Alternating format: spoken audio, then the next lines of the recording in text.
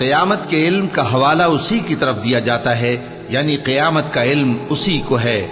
اور نہ تو پھل غلافوں سے نکلتے ہیں اور نہ کوئی مادہ حاملہ ہوتی ہے اور نہ جنتی ہے مگر اس کے علم سے۔ اور جس دن وہ ان کو پکارے گا اور کہے گا کہ میرے شریک کہاں ہیں، تو وہ کہیں گے کہ ہم تجھ سے عرض کرتے ہیں کہ ہم میں سے کسی کو ان کی خبر ہی نہیں، اور جن کو پہلے وہ اللہ کے سوا پکارا کرتے تھے سب ان سے گم ہو جائیں گے،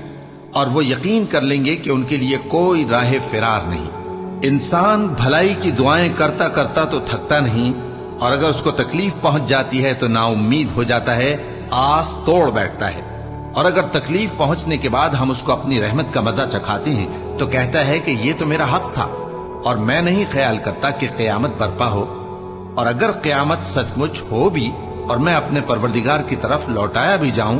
تو میرے لیے اس کے ہاں بھی خوشحالی ہوگی۔ پس